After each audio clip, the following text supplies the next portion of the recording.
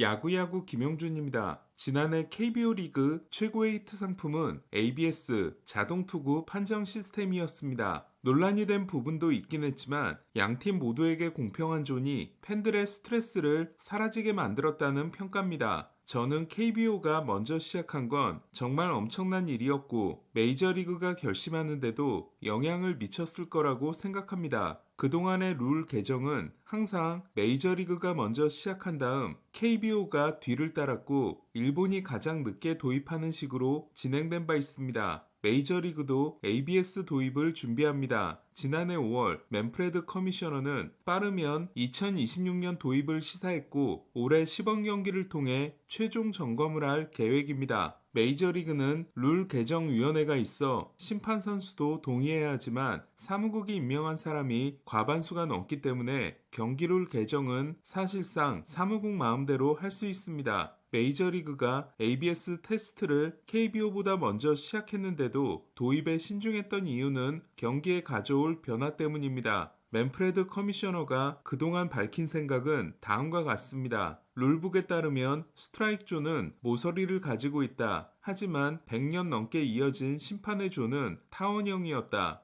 애초에 스트라이크 존은 타자가 칠 수 있는 구역을 의미했고 심판들이 모서리를 잡지 않는 이유였다. 룰북을 구현하는 기술을 보유한 지는 오래됐지만 실행에는 고려해야 할 것들이 많다. 맨프레드는 지난해 5월 인터뷰에서 빨라야 2026년이라고 했지만 KBO 리그의 성공을 지켜본 후 속도감 있게 밀어붙이려는 모습입니다. 메이저리그의 ABS는 KBO와 많은 차이가 있습니다. 한국은 PTS를 쓰지만 미국은 스태캐스트 시스템인 호크아이를 씁니다. 미국은 피치 FX를 쓰다가 트랙맨을 거쳐 호크아이로 넘어갔습니다. 일본 소니사의 기술인 호크아이는 가장 정확한 반면 막대한 비용이 드는 것으로 알려졌습니다. 한국이 전면 ABS인 반면 미국은 챌린지 제도를 사용합니다. 모든 공을 ABS로 판단하는 게 아니라 심판에게 판단을 맡긴 다음 선수가 이의를 제기하는 겁니다. 미국은 마이너리그에서 전면 ABS와 챌린지 두 개를 테스트한 결과 경기 참여자들이 압도적으로 챌린지를 선호했다고 합니다. 이유는 먼저 볼 판정에서 인간적인 요소를 완전히 배제하는 것에 대한 거부감이 있었고 완전한 ABS는 볼넷 증가를 불러와 경기 시간을 늘어나게 하며 포수의 프레이밍 기술이 사라지는 걸 원하지 않기 때문입니다.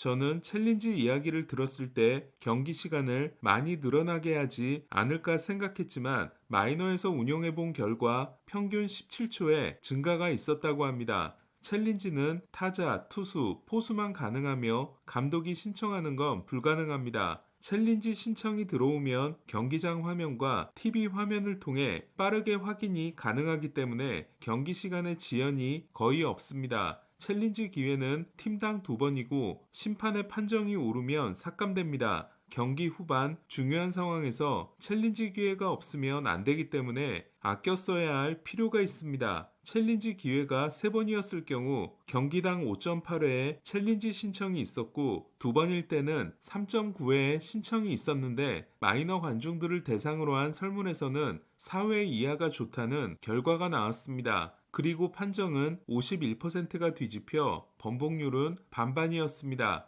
메이저리그는 판정 문제가 심각한 앙헬 에르난데스나 CB 버크너의 경우 경기당 14번 정도의 콜 미스를 하는데 선수들은 챌린지 기회가 2번이기 때문에 모든 공에 신청했다가는 중요한 상황에서 못 쓸 수 있습니다. 메이저리그 ABS 존의 넓이는 홈플레이트의 넓이인 17인치이고 높이는 똑바로 서 있는 상태에서 상단은 타자 키의 53.5%, 하단은 27% 지점입니다. 시즌을 시작하기에 앞서 모든 타자들의 키를 측정한 다음 개인별로 적용하게 됩니다. 또한 홈플레이트의 중앙 부분을 측정합니다. 그동안의 테스트를 통해 알아낸 결과는 ABS 존이 심판의 존보다 더 타이트하다는 겁니다. 특히 심판은 ABS 존을 벗어나는 높은 공과 낮은 공을 잡아주는 경우가 많아 위아래가 넓었습니다. 평균을 크게 벗어나는 신장을 가진 에런 저지와 호세 알투베의 경우 저지는 낮은 공, 알투베는 높은 공에서 억울한 판정이 많았습니다. 측정 결과 볼카운트 투투에서 심판조는 449제곱인치였던 반면 ABS조는 443제곱인치였습니다. 따라서 전면 ABS의 도입은 볼넷을 크게 늘릴 수 있었지만 챌린지 도입으로 인해 영향이 줄었다고 할 수 있습니다.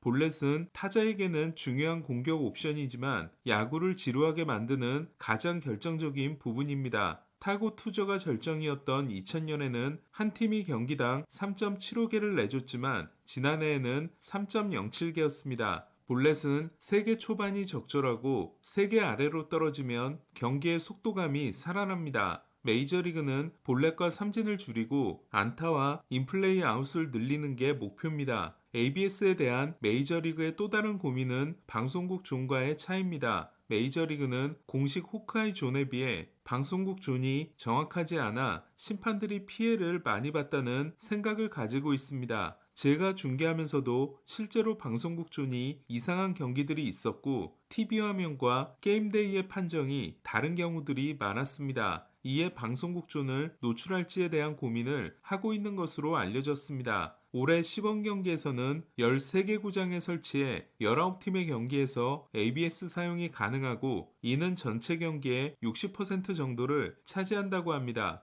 대표적인 구장들은 다저스와 화이삭스가 같이 쓰는 캐멀백 렌치, 클리브랜드와 신시내티가 같이 쓰는 구디어 볼파크, 양키스의 조지 스타인브레너 필드, 토론토의 TD 볼파크 등입니다. 반면 자이언츠와 템파베이 구장에는 설치되어 있지 않습니다. 메이저리그가 KBO에 이어 ABS를 도입하기로 했지만 측정 방식이 다르고 운영 방식이 다르기 때문에 메이저리그가 주관하는 WBC가 ABS를 도입한다면 메이저리그 방식을 따를 것으로 보입니다. 하지만 일본이 미온적일 경우 실행되기까지 오래 걸릴 수도 있습니다. 또한 메이저리그는 포수의 프레이밍을 없애지 않는 쪽으로 방향을 잡았기 때문에 전면 ABS에 익숙해진 한국 포수들이 국제대회에서 어려움을 겪을지도 모르겠다는 생각이 듭니다. ABS의 챌린지 시스템 때문이라도 시범경기 개막이 기다려집니다.